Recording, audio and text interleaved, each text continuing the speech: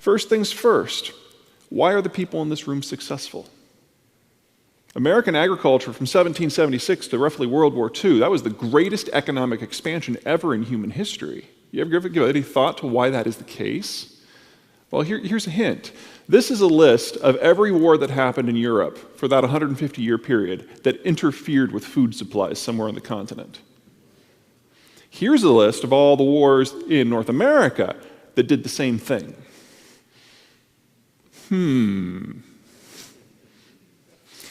Let's look at why that happened. Why Europe had so much of a problem feeding themselves and why the United States and Canada had no problem whatsoever. It really comes down to this big area right in the middle of the continent. We, of course, know this is the greater Midwest. It's the largest chunk of arable land on the planet. But more important than the ability to grow food is the ability to get it from A to B. Moving things from A to B is very difficult.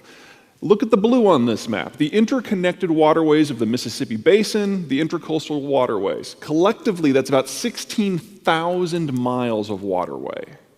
Now, moving goods from A to B on land, if you have a rail system, if you have a road network, is still 15 times as expensive as moving them via water. And this network here is the largest network in the world. In fact, it has more miles of waterway than the rest of the world put together. This is a system that is nice and secure as well. There's deserts that separate us from Mexico, forests and lakes from Canada. You've got oceans on both sides. It's really hard to invade the United States. It hasn't been tried in the last 200 years. You put it all together, and you get a political and economic system that cannot fail, despite the best interests and the best effort of whoever they elect. And for the last 22 years, wow, have we had some doozies. You Canadians, don't snicker too much. I've been watching your system too. And then here's Europe. Northern European Plain's a nice area. It grows quite a bit of crop, but it's much thinner. In fact, from north to south at its thickest point, it's only about as thick as Iowa is. Where are my Iowans? No one from Iowa this time? Oh, one. Hey, Marshalltown, peace out. Anyway, but the rivers in Europe are not interconnected like the Mississippi. They cross the Northern European plain south to north. Very few of them interconnect. So you have French rivers and German rivers and Dutch rivers and Polish rivers. Each one is separate. And when you have countries like that are basically in each other's faces, because there's no separation, the German border is the Dutch heartland. You get a very different method for interacting with the world and interacting with each other. You have to establish lines of supply independent of your neighbors, whereas Wisconsin, Iowa, Illinois, we're all in the same basket. And so you get what we in the United States consider to be ancient history. You get the imperial system, where the British Navy guards British trade with the British colonies, and the French Navy trades with French colonies guarded by the French Navy, and they don't interact if they can help it, because they don't want to become dependent on someone else that might go to war with them in the near future. And so they always buy from the United States. So until 1945, this is how the world worked. And for the United States and Canada, it was absolutely brilliant. And then we went and messed it all up. In 1945, the United States changed the way the world worked. At the end of World War II, we said, okay, no more of this imperial crap. We're tired of the world going to war every few years because somebody has a bug up their butt. Instead, what we're going to do is we're going to allow everyone to trade with everyone else. We're going to open our market, not just the largest market that the world has ever seen, but the only market to survive the war.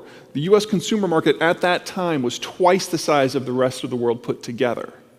And then we're going to use our Navy, the only one that survived the war, to guarantee that trade for everybody.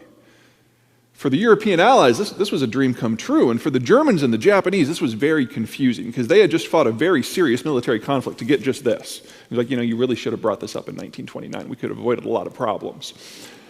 Why could the United States make this happen? Well, it's pretty straightforward.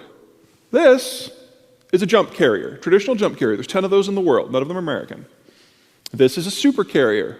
There's 10 of these in the world. Each one has over 5 times the combat capability of one of these guys. There's 10 of them. They're all American. In 1944 and in 2014, the United States has a stronger blue water projection Navy than the rest of the planet put together. And if you were to sail the entire global Navy against the United States, it would only take a couple of American task forces and it would all be over in a few hours. That balance of power has not changed in 70 years. So this system exists because the Americans made it. But that doesn't mean that the Americans use it all that much. And actually, it's the worst possible system for the people in this room. The green areas are the areas where it's easy to grow crops. Winter is harsh enough to kill the bugs, but not harsh enough to drive the people away. Summer is warm enough so the crops can ripen, but not so warm that things catch on fire. Rain is relatively common. Transport is relatively easy. Those are the green areas. These are the areas that grew crops reliably before 1945. You'll notice that the single biggest chunk of that, of course, is the United States. The purple areas are areas that you can grow things, but you really have to put your back into it and your checkbook.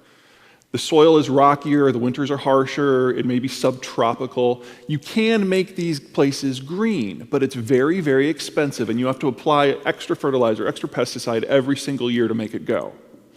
What we did with Bretton Woods is allow the purple areas to develop, because they were no longer colonies, they were independent countries. They were no longer the targets of wars, they were the targets of investment. And your competitive advantage degraded considerably. Brazil, India, China all became economic superpowers in their own way. The key thing to remember about Bretton Woods when you're talking about it today, though, is we don't use it. As a percentage of GDP, the United States is one of the most isolated economies in the world, despite being the largest by a factor of 3. As a percentage of GDP, the only 3 countries in the world that are less interconnected than we are Brazil, South Sudan, and Rwanda. That's it. Even Afghanistan is more wired than we are. Best part, this green line, our imports, 1/3 of that is energy. That's disappearing very quickly. For the remainder, 1/3 of it is NAFTA.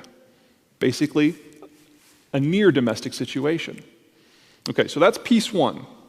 The United States controls the system, created the system, but doesn't use the system. And the only reason the system is still there is because of the cool heads in Washington.